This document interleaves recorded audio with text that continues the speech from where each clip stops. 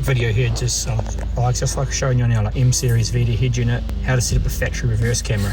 Now obviously if I put this car into reverse, that is the factory camera working there all fine. If you'll find you are going to reverse and you're getting like a no signal come up or like a black screen, you just have to choose a camera format, because on this new M series it doesn't auto select. So it's fairly straightforward. We just need to go into like settings here, go in the car infotainment, scroll down to about device, click on the settings icon there. Now type in 8878, press OK. Now we want to go into back car setup.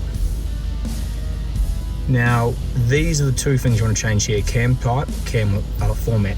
So majority of factory car cameras are going to be like CV/BS.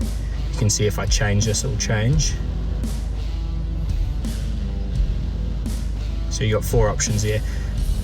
So for 5 options. So majority going to be CV/BS if it's just a straight up rear camera.